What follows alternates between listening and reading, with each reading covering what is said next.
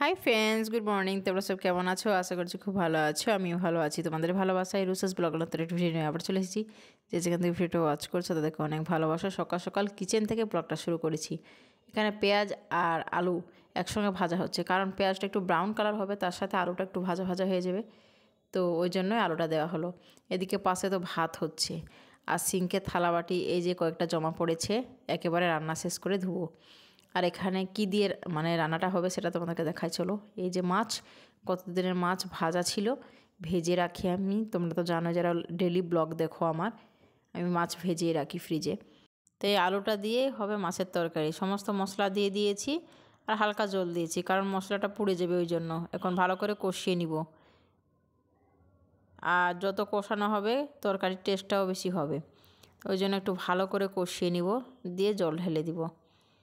তো একটু কষিয়ে নিচ্ছি। এদিকে রান্নাটা আমি বসিয়ে দিলাম আর চলে আসলাম এই রুমে, কারণ মেয়েকে একটু চুলে তেল দিয়ে দিব ভাবছি। চুল তো একেবারে আমাদের থাকছে না, কদিন পরে তো টাক পড়ে যাবে, তো মেয়ের চুল কটা রাখার জন্য এত চেষ্টা। আমার চুল তো একেবারে শেষ হয়ে যাচ্ছে, একদম অল্প হয়ে গেছে। বাচ্চা ছেলের চুল, চুলে তেলটা দিয়ে না দিলেই না চুলটা নষ্ট হয়ে যাচ্ছে। আগে আমি চুলে তেল দিয়ে দিতাম না মেয়ের, তো এখন ভাবছি চুলে না তেল দিলে হবে না, তো চুলে তেলটা দিয়ে নিই।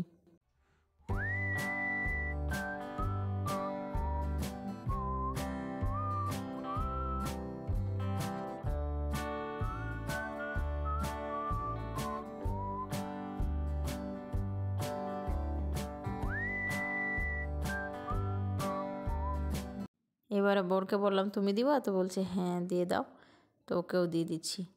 এটা না অলিভ অয়েল দিয়েছি আর নারকেল তেল একসঙ্গে আর মেথি, এই সমস্ত ফুটিয়ে, মানে তেলটা ফুটিয়ে নিয়ে ঠান্ডা করে আমি দিয়ে দিচ্ছি। কত কিছু ইউজ করছি মাথা চুলের জন্য, কিন্তু চুল আমি আটকাতে পারছি না, চুল পড়েই যাচ্ছে। বিশেষ করে আমার চুল বেশি পড়ছে, কেন জানি না এত চুল পড়ছে কেন, কী যে করব ঠিক পাচ্ছি না, চুলের জন্য চিন্তায় পড়েছি। এদিকে কিন্তু রান্না হয়েছে, থালাবাটি গুছিয়ে ধোয়া হয়ে গেছে, কমপ্লিট হয়ে গেছে, শুধু কিচেনটা এখন আমার ক্লিন করা হয়নি। তো এই যে এইভাবে রেখে দিয়েছি সার্ফের জল নিয়ে, তো এখন কিচেনটা ক্লিন করতে হবে। আর দুধটা একটু ফোটাতে দিয়ে দিয়েছি ইন্ডাকশানে। আর রান্নাটা কী কী হয়েছে চলো দেখাই। পাশে তো ভাত আছেই দেখছো, আর এখানে একটা সবজি আর আছে ডাল মাখা উপরে। আর ওই বাটিতে আছে ওটা গত দিনের তরকারি একটু ছিল, তো ওটাই রেখেছি। আর নিচে দেখাচ্ছি তোমাদেরকে, নিচে তো তোমরা জানোই, আমি তোমাদেরকে একটু আগেই দেখালাম রান্নাটা বানাচ্ছিলাম। এই যে আলু দিয়ে মাছের ঝোল, তো এটাই হয়েছে রান্না আমাদের, এটাই মেনু। আর ভাত, ভাত দেখো একদম নিচের দিকে পড়ে আছে। ভাত এইটুকু ভাত তবুও রাত পর্যন্ত আমাদের থেকে যায়, মানে আমরা তিনজনের ভাতই খাই না সেভাবে, তো ওই জন্যই ভাত এইটুকুই বানাতে হয়, তাই আমার থেকে যাই, নষ্ট করে তো লাভ নেই। এখন চলে এসেছে আমার বেডরুমে, এসে সমস্ত কিন্তু উপর থেকে পরিষ্কার করা আমার হয়ে গেছে। আর আয়নার জামা কাপড়গুলো নামিয়ে আয়নাটা পরিষ্কার করে আবার জায়গায় জায়গায় ঠিক করে রাখছি গুছিয়ে।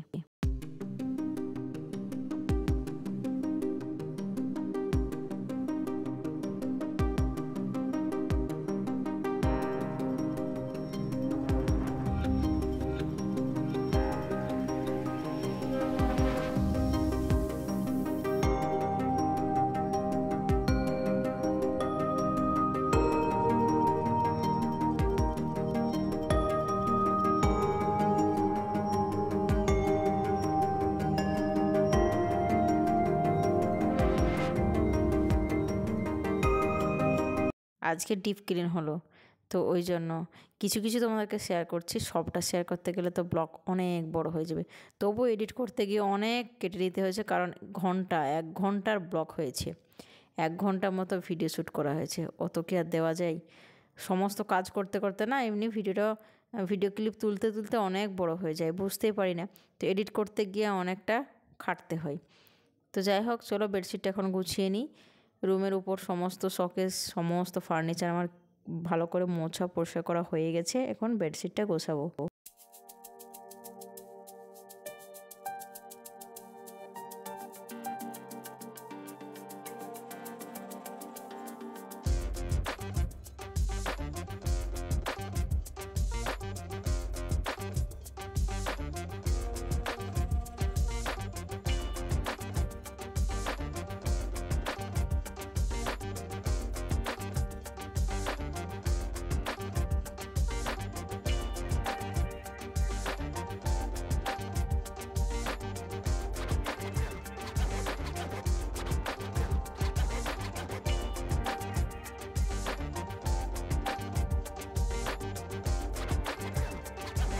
দেখো বেডের উপরটা বেডশিটটা গোছানো হয়ে গেছে।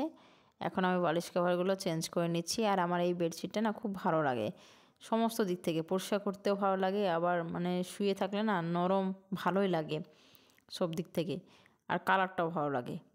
তো বেডশিটটা গোছানো হয়ে গেল। চলো আমার বেডরুমটা সমস্তটাই কিন্তু ঠিকঠাক করে গুছিয়ে নিয়েছি, ঝাড়ু দিয়ে নিয়েছি, আর সমস্ত ফার্নিচারগুলোও মোছা হয়ে গেছে। এখন চলে আসলাম আমি ডাইনিংয়ে। ডাইনিংয়ে যে ফ্রিজ সমস্ত কিছুই আমি কিন্তু এভাবে নামিয়ে নামিয়ে ভালো করে ঝেড়ে একটা ন্যাকড়ার মাধ্যমে পরিষ্কার করি। এগুলো কিন্তু আমার রেগুলারই কাজ হয়। সপ্তাহ পরে একদিন কিন্তু এই ডিপ ক্লিন করি। ডিপ ক্লিন করতে গেলে মানে সবটাই আমি নামিয়ে গোছাই, ওই জন্য আমার দেরি হয়। আর রেগুলার যে কাজগুলো করি এইভাবে কিন্তু আমি শুধু সমস্ত তুলি না, কিন্তু উপরে উপরে যতটুকু পারি ওগুলো কিন্তু মুছে নিই। এগুলো আমি রেগুলার করি প্রতিদিন, একটু ধুলো রাখি না। ওই জন্য আমার সকালের দিকে এত চাপ হয়, উঠি একটু দেরি করে, ওই জন্য সকালের দিকে এত চাপ হয়, স্নান করতে করতে কোনো দিন 2টোর আগে আমি স্নান করতে পারি না, এত দেরি হয়ে যায়। মানে প্রতিদিন এই সমস্ত কাজ করতে করতে না দেরি হয়। এখন আলমারিটা পরিষ্কার করছি। আর এই যে টেডিটা আছে, একটা ক্যারি প্যাকেট দিয়ে ঢোকানো আছে, পুরো খাট সমান আমার। আমার খুব রাগ হয়ে যায়, ওই জন্য তুলে রেখেছি। এত ভারী না, মেয়ে টেডি, এটা গিফটে পাওয়া, তো ওই জন্য ওটা নামিয়ে রাখি না। যখন শীত শেষ হয়ে যাবে লেপের মধ্যেই তো গোটা আমাদের খাট নিয়ে নিচ্ছে, তো যখন লেপ তুলে নিব ওই টেডিটা চাইলে তখন ওকে বের করে দেওয়া হবে। তো অনেকটাই বড়, ওটা সমস্ত পরিষ্কার করে এখন এই যে ফ্লাওয়ার ভাসগুলো একই অবস্থা, সবটাই কিন্তু আমি এভাবে ঝেড়ে পরিষ্কার করি। এই যে তোমাদেরকে বললাম অনেকটা টাইম লেগে যায় ডিপ ক্লিন যখন করি। আজকে ভাবছি সোফাটা এটা তুলে কভারগুলো তুলে আবার ঝেড়ে ভালো করে গুছিয়ে রাখবো। সোফার কভারটা আমি রোজ রোজ কিন্তু তুলি না, ওই সপ্তাহ 15 দিন 20 দিন পরে একদিন হয়তো তুলি, কিন্তু উপর উপর পরিষ্কার করি প্রতিদিনই। আর এই তুলে ঝেড়ে পরিষ্কার করাটা রোজ করা হয় না, আর বেশি নোংরাও হয় না। আর আমার মেয়ে না খুব বেশি নোংরা করে না, খুব বেশি কি নোংরা করেই না। আর আমি করতেও বারণ করি যে উপরে লাফালাফি করো না, যেগুলো লাফানোর জিনিস না সেগুলোতে লাফালাফি করো না, আর সেটাই করে লাফালাফি করেও না। অনেক বাচ্চা আছে লাফিয়ে নষ্ট করে জিনিস সমস্ত কিছু, ভেঙে দেয়, কিন্তু আমার মেয়ে করে না।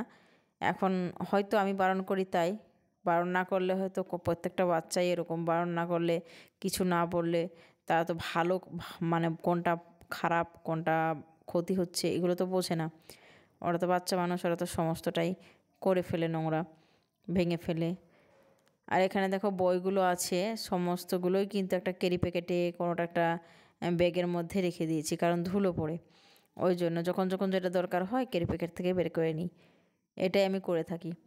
সমস্ত গুছিয়ে পরিষ্কার হয়ে এখন আমি ঝাড়ু দিয়ে নিচ্ছি ঝটপট করে। আর এটু কিন্তু আমি স্পিডে দিয়েছি, কিছু করার নেই, অনেকটা বড় ভিডিও হয়ে যাচ্ছে। এই রুমটা পরিষ্কার আর সমস্ত কিছু কিন্তু আমি ক্লিন করেছি, মুছেও নিয়েছি। আর সবটা কিন্তু তোমাদেরকে আমি দেখাচ্ছি না, কিছু কিছু শেয়ার করছি। সবটা শেয়ার করতে গেলে ওই যে বললাম এডিট করতে গিয়ে প্রচুর ভিডিও বড় হয়ে যাচ্ছে। 1 ঘন্টার ভিডিও, কম কথা, তাতে 10 মিনিটে আনা, 10 মিনিট আনতে হচ্ছে সেই ব্লগে এডিট করতে করতে অনেকটা টাইম। আর আমি সমস্ত কাজই নিজে হাতেই করি, সংসার সমস্ত কাজ, কোনো হেল্প হ্যান্ড নিইনি। আর নেওয়ার ইচ্ছা হয় না, কারণ ওদের কাজ আমার ঠিকঠাক করে পছন্দও হয় না। নিয়েছিলাম একবার, তো ভালো করে কাজ গুছিয়ে করে না, কোনো জিনিস সরিয়ে পরিষ্কার করে না, ওই জন্য আমি কিন্তু আর নিই না। তাই আমি যতটুকু পারি নিজেই করি। আর আমার স্পন্ডালাইসিসের জন্য না একটু প্রবলেমটা হয়েই থাকে, এই মোছা টোছা রোজ হচ্ছে বলে এখন স্পন্ডালাইসিসটা বেড়েছে, ব্যথাগুলো বেড়েছে। একেবারে স্নান করে তোমাদের সামনে আসছি। এই যে এতগুলো এখন কুরিয়ারে দিয়ে গেল, গ্রোসারি বাজার আমাদের করে এতে অনলাইনে, তো ওখান থেকে। আর মেয়ে চকলেট খাচ্ছে, ওটা দেখাচ্ছে। এখন প্রত্যেকটা জিনিস আমি গুছিয়ে তুলে নিব। কিছু কিছু জিনিস এখনও আছে আর কিছু কিছু জিনিস নেই, সেগুলো যেগুলো দরকার ওগুলোই অর্ডার করা হয়েছে। আর এখানে তেলের প্যাকেট আছে, তো 5 প্যাকেট আছে, আর 2-1 প্যাকেট নেওয়া হয়েছে, তো ওইগুলোই আগে রাখবো। আর যেগুলো মানে নতুন ওগুলো ভেতরে রাখতে হবে, আর পুরোনোগুলো খেয়ে নিতে হবে। আর এখানে সমস্ত কিন্তু গোছানো কমপ্লিট, বালতির মধ্যে কিন্তু জায়গা হয়নি। এই যে এই প্যাকেট সাদা প্যাকেটগুলোতেও কিন্তু আমি রেখেছি, আর একটা প্যাকেটেও রেখেছি। তো ওই অতগুলো গ্রোসারি বাজার কিন্তু সবটা জায়গা হয়ও না। সবটা এখন গুছিয়ে নিচ্ছি। আর বরকে বললাম উপরে তুলে দাও, আমার হাতে ব্যথা তো ওই জন্য বালতি পুরো তুলতে পারবো না, আর আমার উপরে এইসব থাকে। নিচে আর রাখবো কোথায়, এত জিনিসপত্র নিচে রাখার মতো জায়গা হয় না। এখন আমি জায়গাটা পরিষ্কার করে নিচ্ছি।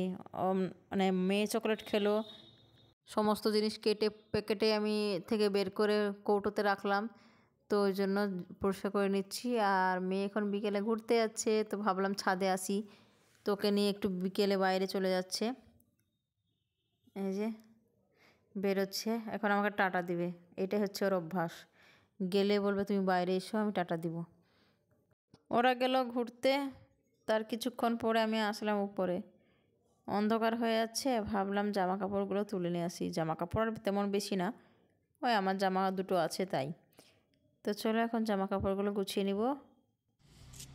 তো আসলাম একটু ছাদে জামা কাপড় তুলতে। আমার শুধু নাইটিটা আছে, আর কিছুই নেই তেমন। আর অন্ধকার হয়ে গেছে।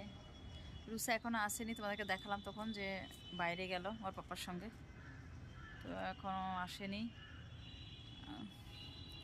চলো এখন নিচে যাব, ঠান্ডা লাগছে বাইরে, ছাদে এসেছে এখন ঠান্ডা লাগছে। বন্ধুরা দেখো, মেয়ে খাবে সিগারেট, ভাবতে পারছো? দেখো সিগারেট কিনে এনেছে। না গো বন্ধুরা, মজা করছি। তো এখানে সিগারেটের মতো একটা চকলেট বেরিয়েছে নতুন, তো এটাই এনেছে। তো বন্ধুরা আজকে এই পর্যন্ত। ভালো লাগলে অবশ্যই পাশে থেকেও, যারা নতুন আসছো চ্যানেলটা সাবস্ক্রাইব করে দিও, লাইকটা দিয়ে দেখো। আবার একটা নতুন ব্লগ নিয়ে চলে আসবো। টাটা, ভালো থেকো।